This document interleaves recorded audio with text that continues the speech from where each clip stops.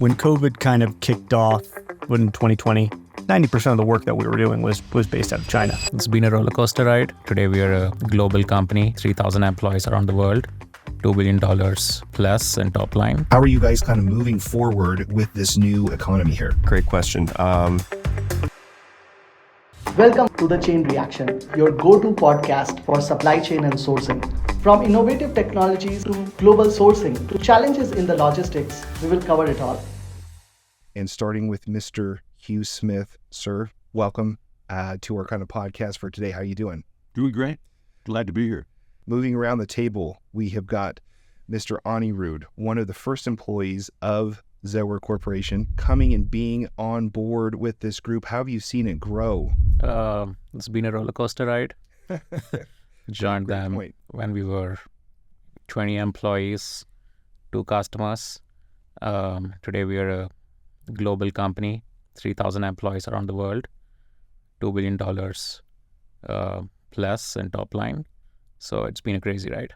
In terms of you getting on early in this process, what have you seen happen? I mean, how in the world do you go from those type of numbers mathematically? That almost seems impossible. I think the business model that we started with helped us scale really quickly. We started off as an asset-light manufacturer. So we used factories that we did not completely own and equipment that we did not completely own to produce parts for our customers. And that helped us expand into multiple industries and geographies without investing a lot of capital, which traditional manufacturers or the traditional manufacturing industry typically did. Moving around our table here, we've got Matthew Halden, engineer extraordinaire. Engineer extraordinaire. That's right. Too kind. No, I mean, it's the truth. What was your introduction into this family, and how have you been able to kind of live and process here? My college roommate was a member of Zetwerk. He was the, 4th or 5th salesman to have the role. That move he made, and then myself between a couple of different roles. Tim and I connected multiple times talking about his role and the unique things that he got to do, which really connected what I wanted to do. All right, continuing on our kind of cast of characters here, Mr. Dan Bachelet. Did we get that right? We did. Perfect. We did like Chevrolet. Chevrolet. That's right. Right there, Mr. Bachelet. Wonderful. How did you come into play in terms of getting involved in this group? Yeah, so for me, I think I'm the only one here at the table who actually came from Unimax. Okay. So about 18 months ago, Zetwerk acquired Unimax Global. And at the time, I was leading the OEM business unit for Unimax. But no, it's been a great ride. So for the last 18 months, we've been working with the Zetwerk team and integrating, looking at process, looking at how do we help some existing Zetwerk customers and how can they help our Unimax customers today, and kind of come together as one organization. So in terms of Zetwerk kind of setting the table, we've got one more person here as well that we need to get to, Pradesh. Hey. Sir, welcome. Thank you. Thank you so much for taking time to be with us. How did you interface and start to come on board? I knew Anirudh from the previous company. Okay. That's how I got introduced to Zetwerk. But I was quite impressed with the business model. Like, I really like the business model of working on light asset manufacturing and working with companies like Zetwerk. Like, you always get new opportunities, new developments, which always excites me. That's the reason I joined Zetwerk. What have you guys done in order to stand out, to set yourself apart, and to grow rather than recede? Really, one of the core strengths is global manufacturing with a North American support system. And that's what was so cool about Unimax acquisition. It gave us the North American footprint. And then coupled with the global manufacturing resources we have relative to supply chain, it's kind of like a perfect fit, perfect synergy. When you were able to identify Unimax's is that branch, what originally kind of drew you to that company on the Zetwerk side? Processes that we're able to supply out of our global supply base, India, Vietnam, China. We're a certain segment of the pie. the acquisition of Unimax really offered a total solution with additional processes and, again, the North American footprint, which was really important and continues to be important. So that kind of completed the picture. Now we were able to offer really more of a solution than just a component level offering.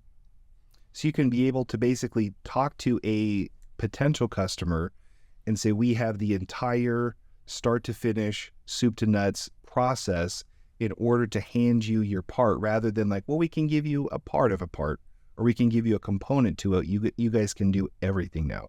Correct. Up to full assemblies delivered on site to your job site, to your facility, or we'll store inventory. So that combination is pretty unique. It doesn't happen a lot. And that was one of the really exciting things about coming to Zetwerk. And then the acquisition of Unimax really kind of, as I said, completed the puzzle. Roger that. Yeah. If I can add to that, Please. I think historically looking at supply chain and manufacturing, you've had to sort of decide, if you consider it to be a triangle, you've got cost, you've got delivery, and you've got quality at the 3 points of the triangle. And you can only choose two historically. I think the beauty of the solution that we now have today, given kind of the global footprint and where our teams are and what the capabilities that we built are, is you don't have to settle for two. So you can get the cost benefits and the cost advantages of working in a global supply chain. You've got the delivery capabilities because we've got global logistics, we've got warehousing, we've got just-in-time delivery processes. And then you've also got quality processes. You've got boots on the ground in every country and every factory that we're working in to go there, validate process, validate quality, validate control. And so at this point, our customers don't need to settle anymore. You really get the full package end-to-end solution from what we collectively can offer. That's incredible. And just like he was talking about here, it is everything. Yeah. It's not just a piece. That's awesome. In terms of some of these specific people that you guys have worked with, what are some of the interesting products that you've either helped develop or seen developed at the company? So Edward's gonna shame this one. But one of my favorite programs, robotic valet system. Okay. For a company in San Francisco, and bringing that, which started as a simple steel frame, and graduated to multiple processes, extrusions. There's a very special rivet that's used to hold the extrusions to the frame, that I got to work with their engineering team and bring that entire assembly together. So working front end to back end, that's still one of my favorite. Was that a difficult process, or what made that kind of interesting on your perspective? I think it was a cool product that the customer was building. We helped that customer develop that product in a place around the world that they could never have access to otherwise, because this was a small hardware startup based in San Francisco developing this cool technology, a robotic valet system. And we helped them manufacture a significant portion of that product in India. That's what makes it really cool. That company would have never been able to do that without a Zetwerk Unimax-like organization to help them support it. What have you seen in terms of growth around connecting these different parts of the world together? So assume a US company, like a small hardware company, they will never have access, or they couldn't able to access these shops in India, like multiple commodities. It has to come from steel, has to come from another factory. Extrusion has to come another factory, and something has to put everything together, assemble it. So they would have not had access to do it. And moreover, our engineers work with the suppliers and making them understand what the customer requirement is and ensure that we deliver a high quality product. So that is the value addition what we give. And if you're able to deliver high quality, like they don't need to worry about it. Like they don't need to worry about they investing in people here in India to run, like get their product. They just work with Zetwerk, and we should be able to deliver a high quality product without even they worrying about anything like, say, quality or shipping. Everything is logistics. Everything has been taken care of us, and we work with the factories in India, help them bring in system, make them understand what the customer requirement is, and ensure that the quality product is delivered. How do you go about sourcing those factories and building relationship? I've been into sourcing for the last 20 years. So pretty much worked with major of the commodities and understand the supply chain. And some of these regions, how do I say? it regional based. Like say the west of India is good for castings, south of India is good for die castings. So Incredible. this knowledge we have built, and also like not only India, we also work with China, Vietnam. So we understand what is good in Vietnam, what is good in China. We understand this fairly well, and find factories which will be suitable for what our customer need is. Incredible. How are you guys kind of moving forward with this new economy here? I think one of the differentiators, one of the really unique things about Unimax Zetwerk is our ability to marry different processes to offer a final solution. The processes, the various processes we're able to offer and marrying those to a total solution, to me, that's what's most exciting about Unimax Zetwerk. But what have you guys seen as technology develops in these areas? How are you staying in touch with that so that you can meet the needs of new requirements from customers? We're so deeply entrenched in the manufacturing ecosystem in the geographies that we're present in, India, Vietnam, China, Mexico. On several occasions, we've been able to help the customer redesign their components with a more suitable manufacturing process. Something that a part that used to be machined out of a block of metal, we now die cast, which is far more economical, is much more conducive for volume manufacturing. That's incredible. So in terms of like a improvement or just basically like a shift potentially to something more economical like Anirudh set up, Pradesh, what have you seen in terms of products that have been changed for the better? I'll talk about the Clipper project. Okay. So we work for a customer for clippers, like it had multiple commodities, multiple processes, say metal injection or stamping or plastics or die castings. It has to come from at least 8 different factories. Okay. And it has to put together in one factory, and the final, the sharpening has to be done and packed and goes for the, and shipped to the customers. So that's the value addition we do, right? Sitting there or like, it's difficult for them to manage all these processes, all these suppliers. So we manage everything and we supply it as an assembly. Or do people come to you with a product and specifications around this product? Right. So they come up with a print, the component what they need, but we understand the manufacturing fairly well. So we do a manufacturing feasibility and tell them, okay, if you could improve this, probably the cost can come down, the quality can improve, the production can be high. That kind of inputs we give it to the customers during the initial stage itself.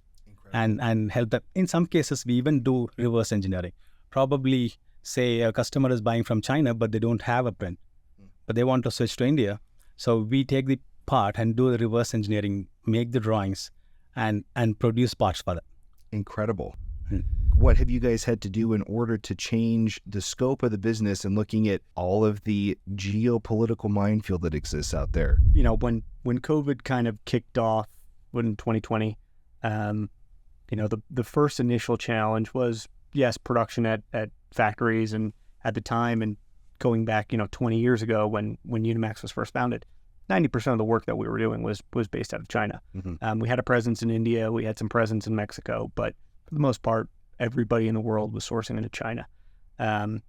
First issue we run into is production issues. Then all of a sudden you find out that containers aren't being returned to China, and now you can't ship anything back. So getting material physically out of the country and overseas became a massive problem. So, I think that along with Section 301 tariffs really drove kind of the China plus one strategy that we've heard about and seen in the news. And the question around that plus one, I think, has now become, the next step of, is it India? Is it Vietnam? Is it Mexico? Is it onshoring, nearshoring? What's the right solution? I think the unique thing that we've got is, because we have a presence in all of those different locales, we've got a unique ability to evaluate the supply chain from each one of those types of perspectives. So, I think that our role really, and where we can help a lot of customers, is almost from a consulting perspective. It's helping to find the right solution for you, helping to find the customized solution for you, because just because you hear nearshoring or onshoring in the news doesn't mean that it's the right solution for your supply chain. There might be a better option in India or Vietnam or Korea or Eastern Europe. Our team, our footprint gives us the ability to actually evaluate that. And then the beauty of us is that at the end of the day, we're not just consultants. We're not going to hand you a PowerPoint and say, here, we're done. We're going to deliver steel. We're going to deliver a product at the end of the day. So being able to execute and actually fulfill on that kind of plan, on that vision is I think, a super valuable piece of what we bring to the supply chain world and to our customers today. That's incredible. I mean, that's what Hugh had set the table. Like, look, we are a total solution. How and the why of your business of like, why are you wanting to do this? Yeah. And a lot of our long-standing customers treat us as that kind of consulting partner. So they'll bring us a concept and a print. And, I'm thinking of one where we were brought up a drawing for a fabrication. There was the idea that converting this potentially to a casting would save costs, but going about doing the design work, going through finite element analysis, going through and selecting materials, figuring out tooling design, that was not necessarily in the customer's, I wouldn't even say wheelhouse. They could do it, but it's not their primary competency. Their job is they're trying to make money. This doesn't necessarily make them money. And so we took on that work, and at the end of it, we were able to design a successful new casting product, and I think annually it generates like $600,000 in savings for the customer. They're a large OEM; it's a drop in the bucket, but it's a huge win for them at the same time. Not only have they gotten kind of a reliable supply chain solution, but they're generating massive savings without putting a ton of engineering effort into it. You guys are able to provide that. Incredible. All right, continuing on in terms of the development side and then marrying that to the sales and the customer side, what have you seen specifically on being able to look at what the customer is requesting? Great question. And it varies customer to customer. There's not a one size fits all. Going back to where we started with the valet system, automated valet, robotic valet. In that particular case, they were looking for a frame.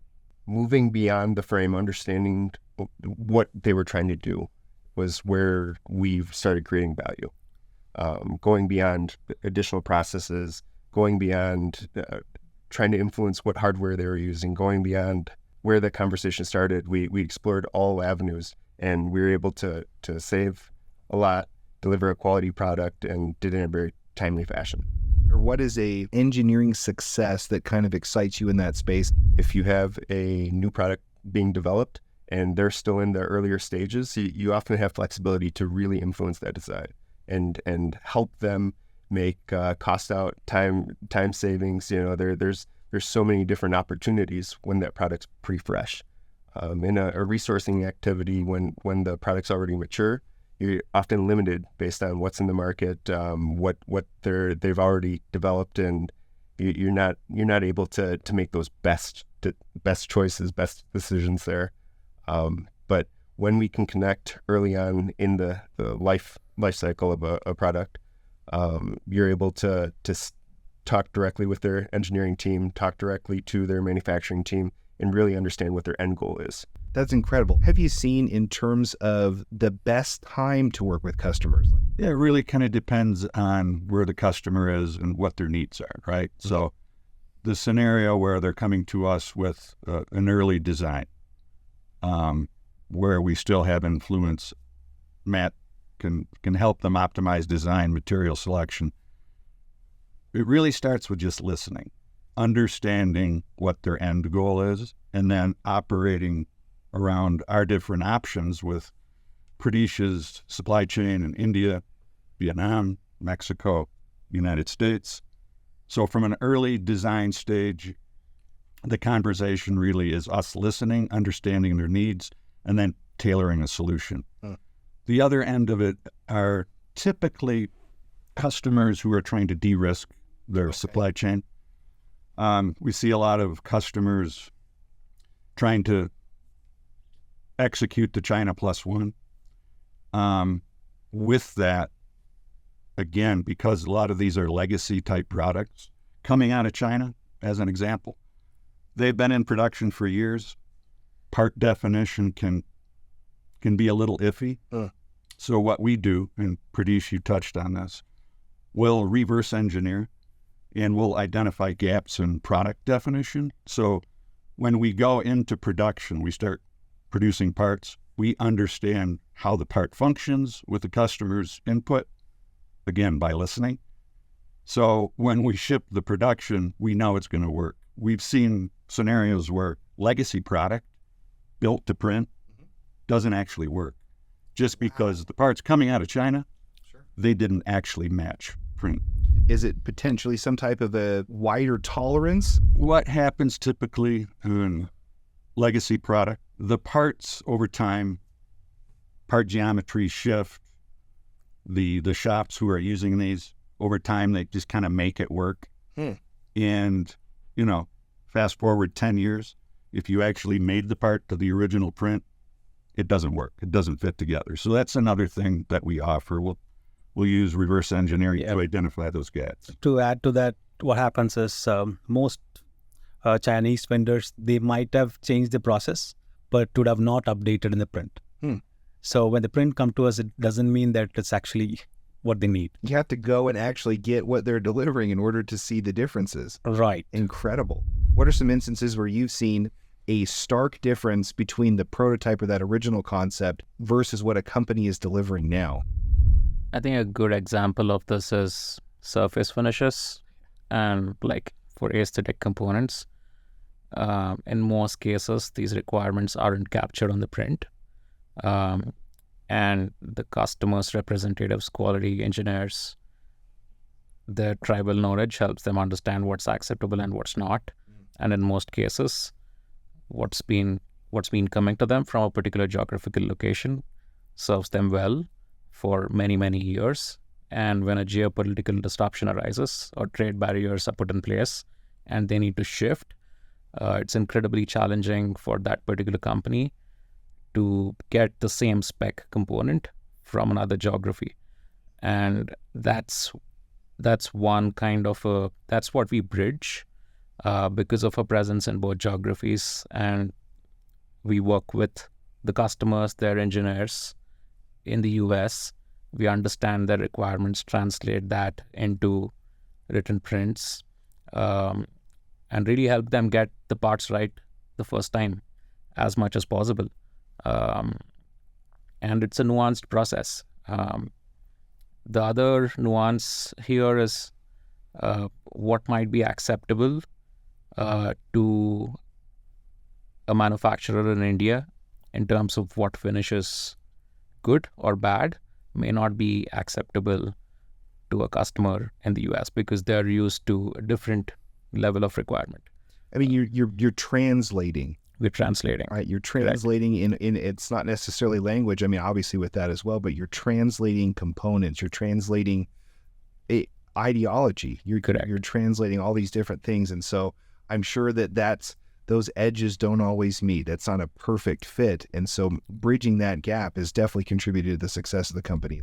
How do you add value to their business outside of just a contract?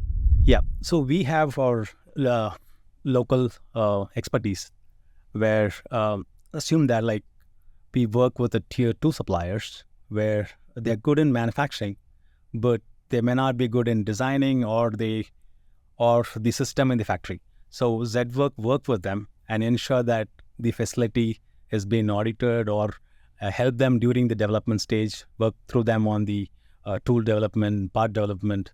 So that kind of support we do. And not only that, what Zetwerk does to our supplier is it's not just one customer. We bring in a lot of customers, a lot of parts to that. For a supplier, like Zetwerk is a big thing because we bring in multiple industries, like just not automotive. We bring in medical business to them. We bring in other business like machine building components. So multiple industries are business coming to them. So the risk is also less. Like assume the automotive is down doesn't mean that the business is all gone, right? Because we also have medical business which we are given to them, which is still up and running. So that's a value addition we give it to our suppliers. So our local support and also the business we given. Most of the suppliers we work, we might be giving more than 30-40% of the business will be from Zetwerk. Wow. So that way what happens is they give us a lot of priority and we can also work with suppliers and help customers do do the development faster. Like if customer requires, okay, I need the tool to develop in 25 days, we do it because we have a good relationship with the suppliers. So we work with them, we prioritize, I say, let's do it. Let's get it done faster and move it. On top of that, an example is one of our customers in wind industry, they were buying hangers, cable hangers in an extrusion form. They buy it, extrude, they cut it, they buff it, a lot of processes. And when it came to Zetwerk, we said, okay, can we do die casting where you don't need to do much secondary operation? For that, we have to do multiple trials, multiple materials. We need to do a trial, which we have done, and it worked for our customers. So it saved a lot of money and time. But it also represents development on your side. It didn't just happen, right? Like you had to go and you had to basically develop that process on a different format in order to execute. So 10 different materials we need to try to ensure that it works for us. That's the advantage working with Zetwerk, right? Because we have very good relation with suppliers. So suppliers are ready to work for us. We tell, okay, try all these materials they do for us because the amount of business we give or the relationship we build with them. Where do you see the next 5 to 10 years in terms of business?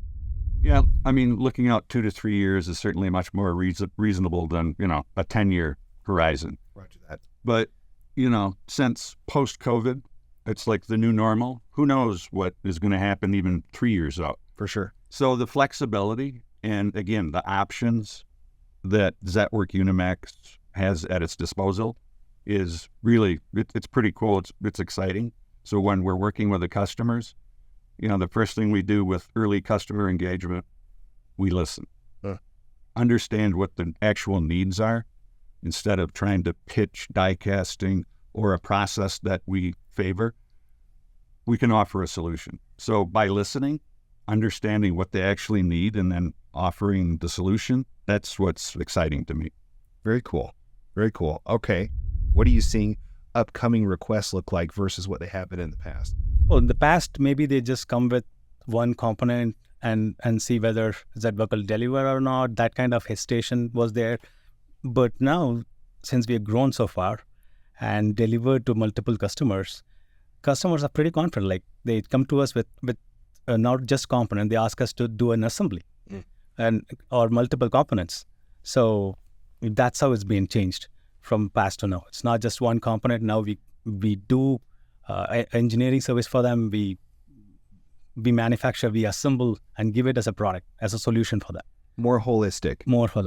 We started working with customers producing parts, but today have been seeing us working with customers more strategically and pretty much married to their manufacturing and supply chain strategy. We are influencing it and we are a big part of their strategy. Based on their forecast, we manufacture somewhere like India or Vietnam, and then we have it in our warehouse. So they place an order, they take it from our warehouse in the next 1 week. So for a customer, it's like a local supplier, Zetwerk. Wow, that is incredible. All right, Matt, kind of same thing. We're passing back around the table. Like, what's your take on where things are going? What are you excited about moving forward? If we were to look back in some of the programs that Zetwerk's involved in solar, in consumer electronics, some of the products that we're manufacturing today weren't even in conversations 10, 20 years ago. So looking forward is understanding where the world is headed and staying in tune with that as far as what industries we need to continue to support on the horizon. So the latest was the consumer electronic cell phone lines and working through that. That was recently announced. We continue to evolve in electric vehicles and supporting their and that's going to continue. So industries will define those next steps. Very cool. Mr. Bachelet, sir, very last person on the table, like what is your take on, again, seeing where Unimax has been onboarded by Zetwerk, you've now seen what's possible working with such a great company. Where does it look like moving forward for you? So I think one of the big areas is tariff engineering and, kind of building on what both Pradesh and Anirudh said, with geopolitical risk shifting, with policy shifting, tariffs and the risk of tariffs are very real for those people operating in a global supply chain. being able to leverage our footprint for assemblies for different programs and kind of adapt very quickly on a global basis. I think being able to be agile and addressing those supply chain issues as they emerge is going to be critical for our growth and for our customers. The other big thing I'd say is transparency on information. And Zetwerk's doing a phenomenal job in kind of digitizing the supply chain, giving customers the ability to see shipments in real time where they are in the world, see inventory levels in real time in their warehouses, understand what's in WIP in production in the factories that we're working in, and really see the full visibility of the operation taking place. I think those types of tools are really going to enable our customers to do to have a better experience global sourcing, but also, to more proactively plan and address their own growth and their own production challenges through kind of our supply chain capabilities. Very cool. Everyone, thank you. What incredible learning experience, like I said, for me to get to know not only the faces behind this driving force, but understand the why, understand the how. And obviously bringing it back, I really love what Hugh said time and time again is the listening component. I've had an opportunity to listen and just to learn today. So thank you all very much for your time and letting everyone know what we're about here. Thank you all very much.